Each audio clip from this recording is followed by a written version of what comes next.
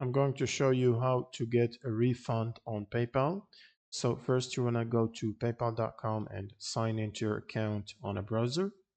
Now the first way is if you made a payment to a seller, you can basically contact the seller directly. So for example, you can look on your recent activity or click on the activity tab here at the top and then click on the transaction.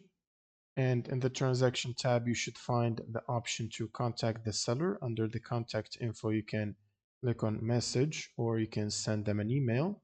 Basically ask for a refund directly. And this is the fastest way.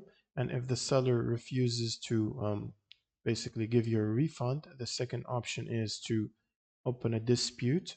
In the same transaction tab here, scroll down and click on report a problem, and this should open up the resolution center where you can open a dispute for the transaction or the payment. For example, if you haven't received items or services or any other potential problem, just keep in mind that you have to do this within 180 days since the payment was made. And then if this is still unresolved, you can escalate it to a claim within 20 days.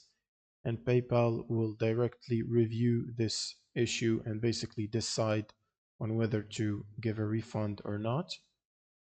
And that's pretty much it for this video. Thanks for watching and subscribe.